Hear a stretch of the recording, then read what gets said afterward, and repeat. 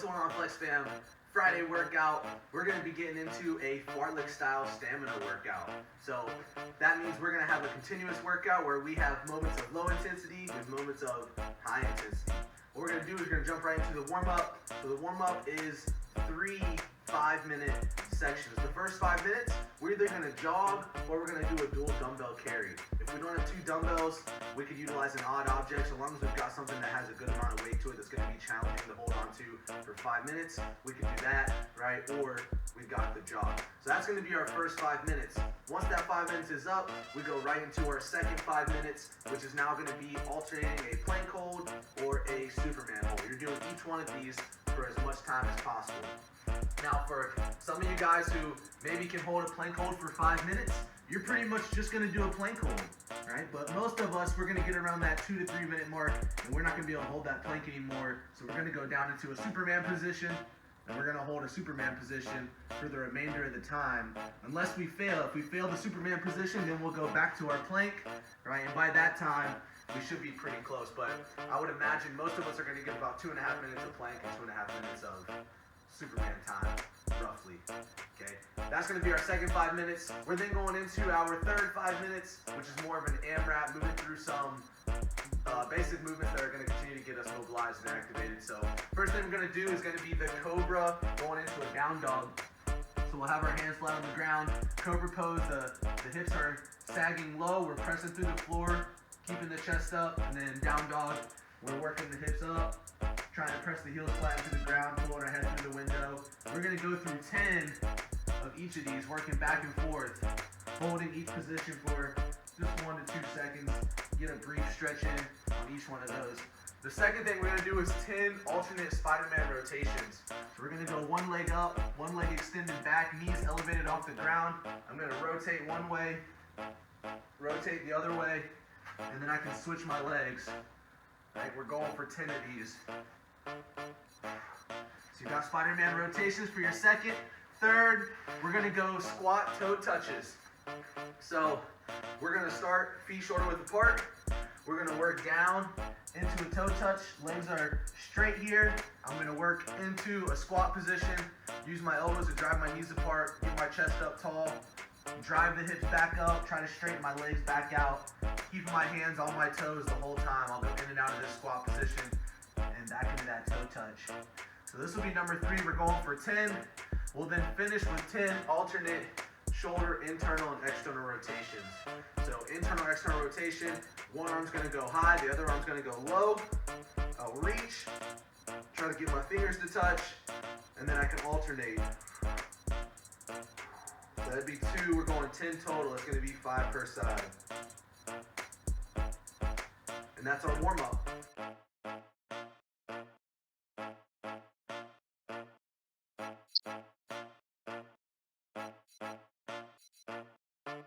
Alright, now let's talk about the workout.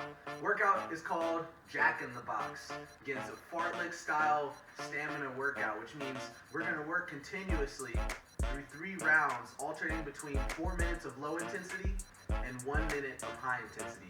So within 1 round, we're going to have 4 minutes low intensity, 1 minute high intensity, 4 minutes low intensity, and 1 minute high intensity. So 1 round is 10 minutes. We're looking to go for 30 minutes total, alternating between the high and low intensities there. So when we start the workout, we've got 4 minutes at a low intensity. We're moving through 3 movements in an AMRAP fashion. So at an easy pace, something that's maintainable, we're going to work for 4 minutes, starting with the inchworms. We're going to go 10 inchworms.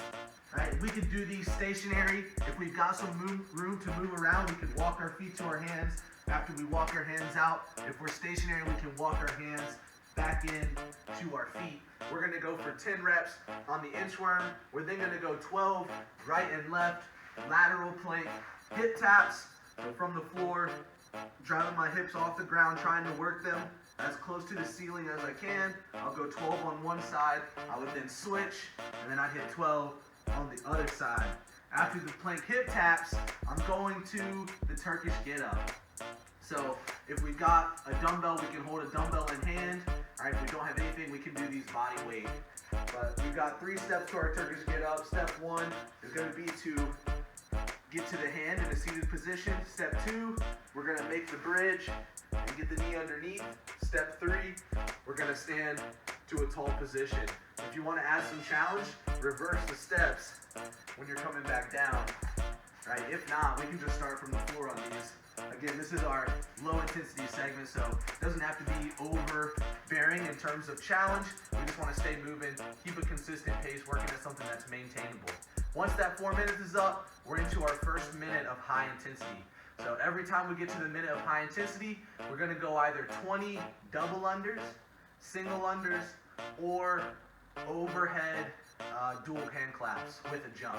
So what's that gonna look like? If you have a jump rope, right, double unders, you're getting 2 revolutions between every jump. You're getting 1 revolution for single unders, just your traditional, every time the rope comes around, you're jumping. And then the overhead hand clap, which is what most of us are gonna do. We're gonna start with the hands out wide. What we're gonna look to do is jump and clap twice.